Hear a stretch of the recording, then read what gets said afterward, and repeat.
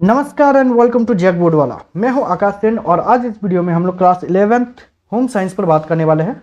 और home science का ये है सेट नंबर 2। ठीक है, इसके बाद मैं सेट नंबर 3, 4 और 5 तीन सेट और बनाऊंगा। उतना यदि आप लोग पढ़ लेते हो तो गारंटी आप लोगों का एक भी प्रश्न बाहर से नहीं आएगा। ठीक है ना। तो यदि हम लोग प्रश्न संख्या 1 के साथ प्रारंभ करते हैं तो प्रश्न संख्या 1 हम लोगों से पूछा जा रहा है कि शैशवावस्था की उम्र है। तो शैशवावस्था की उम्र यदि बोला जाए तो 0 से लेकर के 2 वर्ष के बीच होती है। ठीक है। प्रश्न संख्या 2 जिसमें पूछा जा रहा है कि पूर्व किशोरावस्था का आरंभ कब होता है। तो पूर्व किशोरावस्था का आरंभ जो है 10 से 12 के बीच प्रारंभ हो जाती है। ठीक है। आगे यदि बात करें प्रश्न संख्या 3 पर, जिसमें पूछा जा रहा है उत्तर किशोरावस्था का आरंभ कब होता है। तो उत्तर किशोरावस्था का आरंभ जो है 16 से 21 वर्ष तक होता है। ठीक है। प्रश्न संख्या 4 जिसमें पूछा जा रहा है कि प्रारंभिक प्रौढ़ावस्था की आयु है। तो प्रारंभिक प्रौढ़ावस्था की आयु है 20 से 40 के बीच। ठीक है। प्रश्न संख्या 5 जिसमें पूछा जा रहा है कि वृद्धावस्था प्रारंभ होती है। तो वृद्धावस्था प्रारंभ होती है 60 वर्ष से। ठीक है। प्रश्न संख्या 6 पर बात करें तो जिसमें पूछा जा रहा है कि मानव विकास की अवस्था, तो गर्भावस्था भी है, शिशुअवस्था भी है और किशोरावस्था भी है। तो इसीलिए इसका हो जाएगा इनमें सभी। ठीक है। प्रश्न संख्या 7 जिसमें पूछा जा रहा है हम लोगों को कि 2 से 6 वर्ष तक की आयु को क्या कहते हैं। तो 2 से 6 वर्ष तक की आयु को हम लोग बाल्यावस्था कहते हैं। ठीक है। प्रश्न संख्या यदि हम लोग 8 पर बात करें तो प्रश्न संख्या 8 हम लोगों से पूछा जा रहा है कि शरीर में निर्जलीकरण होने पर क्या दिया जाता है। तो शरीर में निर्जलीकरण होने पर ORS का घोल दिया जाता है। ठीक है। प्रश्न संख्या 9 पर बात करें तो प्रश्न संख्या 9 हम लोगों से पूछा जा रहा है कि किशोरों के जीवन में किसका सबसे अधिक प्रभाव होता है। तो मित्रों का प्रभाव जो है सबसे अधिक होता है। ठीक है। प्रश्न संख्या यदि 10 पर बात करें तो प्रश्न संख्या 10 पूछा जा रहा है कि किस महीने के बच्चे बिना सहारे के खड़े हो सकते हैं। तो 9 से 12 महीने के बच्चे। ठीक है।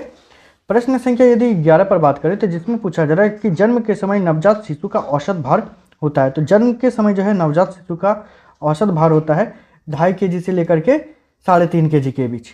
ठीक है। औसत भार पूछा जा रहा था इसीलिए। प्रश्न संख्या यदि 12 पर बात करें तो जिसमें पूछा जा रहा है कि जनसंख्या विस्फोट का मुख्य कारण क्या है। तो जनसंख्या विस्फोट का मुख्य कारण है कम उम्र में विवाह एवं अशिक्षा। ठीक है। प्रश्न संख्या 13 जिसमें पूछा जा रहा है कि डर एक डैश है या तो फिर डर क्या है। तो सिंपल शब्द में यदि बात करें तो डर एक संवेग है। ठीक है। प्रश्न संख्या यदि 14 पर बात करें तो जिसमें पूछा जा रहा है कि जन्म से ही शिशु में किस संवेग का प्रदर्शन होता है। तो प्यार का होता है। ठीक है।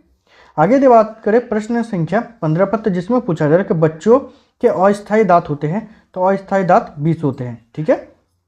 प्रश्न संख्या 16 जिसमें हम लोगों से पूछा जा रहा है कि ICDS की स्थापना किस सन में हुई थी। तो ये हुई थी 1975 ईस्वी को। ठीक है।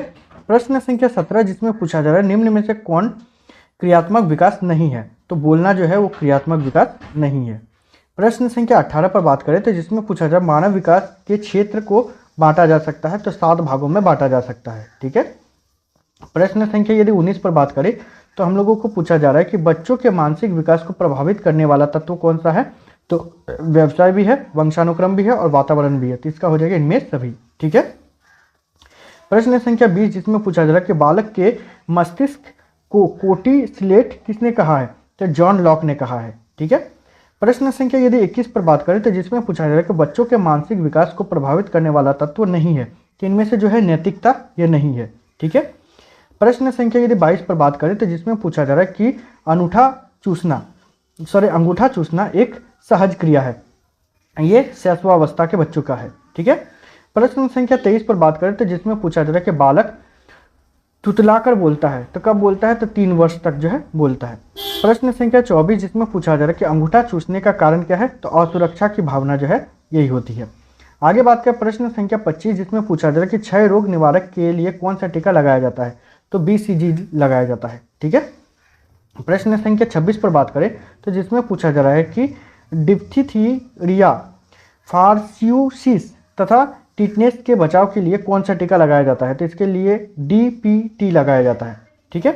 प्रश्न संख्या यदि हम लोग बात करें 27 पर तो प्रश्न संख्या 27 पूछा जा रहा है कि माता के प्रथम दुग्ध स्राव को कहते हैं। तो इसको कोलेस्ट्रम कहते हैं। ठीक है।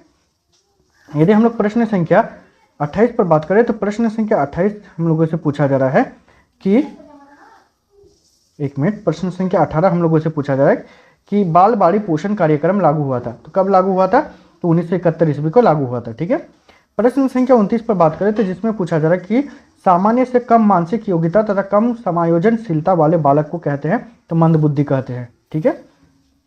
प्रश्न संख्या 30 जिसमें हम लोगों को पूछा जा रहा है कि प्रथम चिकित्सा की पेटी में क्या नहीं होना आवश्यक है? तो फल नहीं होना आवश्यक है। ठीक है। आगे यदि बात करें प्रश्न संख्या 31 पर तो जिसमें पूछा जा रहा है कि बेहोशी की स्थिति में कौन से नियम का पालन करना चाहिए? तो ABC का नियम का पालन करना चाहिए। ठीक है। प्रश्न संख्या 32 जिसमें पूछा जा रहा है कितने प्रतिशत स्कूली बच्चों में असमर्थता होती है? तो ये कुल मिलाकर के हो जाएगा 15% बच्चों को। ठीक है। प्रश्न संख्या 33 जिसमें पूछा जा रहा है कि अंधे बच्चों को पढ़ने लिखने के लिए किस विधि का प्रयोग करना चाहिए? तो इसके लिए ब्रेल विधि का प्रयोग करना चाहिए। ठीक है। प्रश्न संख्या यदि 34 पर बात करें तो जिसमें पूछा जा रहा है कि जलने को कितने डिग्री में विभाजित किया जाता है? इसको 3 डिग्री में विभाजित किया जा सकता है। ठीक है। प्रश्न संख्या 35 जिसमें पूछा जा रहा है कि बायां बाहां से पीठ व पेट की तरफ दर्द किस स्थिति का लक्षण है? तो यह है हृदयघात का। ठीक है। यदि हम लोग प्रश्न संख्या 36 पर बात करें तो प्रश्न संख्या 36 हम लोगों से पूछा जा रहा है कि थर्मामीटर का आविष्कार किसने किया था? तो गैलीलियो गैलीली ने जो इसका आविष्कार किया था। ठीक है। आगे यदि बात करें प्रश्न संख्या 37 पर जिसमें हम लोगों को पूछा जा रहा है विश्व बालिका दिवस किस दिन मनाया जाता है? तो विश्व बालिका दिवस जो है 12 जनवरी के दिन मनाया जाता है। ठीक है। 12 जनवरी को और एक दिवस के रूप में मनाया जाता है। तो किस दिवस को आप लोग कमेंट करके बताओगे। प्रश्न संख्या 38 जिसमें पूछा जा रहा है 12 वर्ष के लड़कियों की पोषणिक आवश्यकता क्या है? तो 2026 कैलोरी। ठीक है। प्रश्न संख्या 39 जिसमें पूछा जा रहा है बालिकाओं की स्थिति सुधारने के लिए महत्वपूर्ण तत्व क्या है? तो शिक्षा जो है ये महत्वपूर्ण तत्व है। प्रश्न संख्या 40 जिसमें पूछा जा रहा है दवाकरा कार्यक्रम कब आरंभ हुआ? तो 1982 और 83 के बीच आरंभ हुआ था। ठीक है। प्रश्न संख्या 41 जिसमें पूछा जा रहा है लाडली योजना प्रारंभ की गई तो कब? तो 2008 में प्रारंभ की गई थी। ठीक है। प्रश्न संख्या यदि 42 पर बात करें तो जिसमें हम लोगों को पूछा जा रहा है कि लगभग 12 से लेकर 18 वर्ष तक के बीच की अवस्था को कहा जाता है। तो इसको किशोरावस्था कहा जाता है। ठीक है। यदि हम लोग प्रश्न संख्या 43 पर बात करें तो प्रश्न संख्या 43 कहा जा रहा है किशोरावस्था को कहा जाता है तो क्या कहा जाता है? सुनहरी अवस्था कहा जाता है। प्रश्न संख्या 44 जिसमें पूछा जा रहा है कि लड़कियों की अंतस्रावी ग्रंथियों से हार्मोन उत्सर्जित होता है कौन सा? तो एस्ट्रोजन स्रावित होता है। ठीक है। आगे बात करें 45 नंबर प्रश्न पर जिसमें पूछा जा रहा है कि बच्चों के बैठने की क्रिया कितनी उम्र में होती है? तो 6 महीने में प्रारंभ हो जाती है। आगे बात करें प्रश्न संख्या 46 जिसमें पूछा जा रहा है भारत में किस उम्र के व्यक्ति द्वारा अपराध करने पर उसे बाल अपराध के अंतर्गत रखा जाता है? तो 13 से 15 के बीच। ठीक है। प्रश्न संख्या यदि 47 पर बात करें तो जिसमें पूछा जा रहा है किशोरावस्था के प्रमुख संवेग क्या है? तो चिंता भी है, जिज्ञासा भी है और स्नेह और प्रेम भी है। तो इसका आंसर हो जाएगा इनमें सभी। ठीक है। यदि प्रश्न संख्या 48 पर बात करें तो जिसमें पूछा जा रहा है किशोरावस्था के विषम लिंगियों के प्रति प्रेम की आयु सीमा क्या है? तो यह है 16 से 17 वर्ष तक। ठीक है। यदि बात करें प्रश्न संख्या 49 पर तो जिसमें कह रहा है कि ज्ञानात्मक विकास की अवस्था होती है तो कब? तो 4 होती है। ठीक है। आगे यदि बात करें प्रश्न संख्या 50 पर जिसमें पूछा जा रहा है कि गुणसूत्र में होते हैं तो गुणसूत्र में होते हैं DNA। ठीक है। यदि प्रश्न संख्या 51 पर बात करें तो जिसमें हम लोगों से पूछा जाए कि पुरुष के गुणसूत्र होते हैं तो XY गुणसूत्र पाए जाते हैं पुरुष में। प्रश्न संख्या 52 जिसमें पूछा जा रहा है कि मानव में रक्त समूह की संख्या तो 4 रक्त समूह की संख्या होती है। ठीक है। आगे बात करें प्रश्न संख्या 53 में जिसमें पूछा जा रहा है कि पूर्व किशोरावस्था में लड़के को प्रतिदिन आवश्यक कैलोरी कितनी होती है? तो 2190 कैलोरी की आवश्यकता होती है। अगला है पूर्व किशोरावस्था में लड़कियों को आवश्यक कैलोरी कितना चाहिए? तो 1970 कैलोरी चाहिए। ठीक है।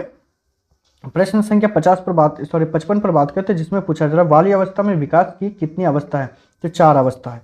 और अगला प्रश्न है आप लोगों का आत्मवाद की अवस्था कहते हैं तो बाल्य अवस्था को जो है आत्मवाद का अवस्था कहते हैं। ठीक है। तो आप लोगों को ऐसे ही और भी वीडियोस चाहिए तो चैनल को सब्सक्राइब कीजिएगा और मेरा मोटिवेशन लेवल को बढ़ाने के लिए अपने फ्रेंड के साथ शेयर जरूर कीजिएगा। ठीक है। तो इस वीडियो में इतना ही, मिलते हैं नेक्स्ट वीडियो में, तब तक के लिए बाय, थैंक यू।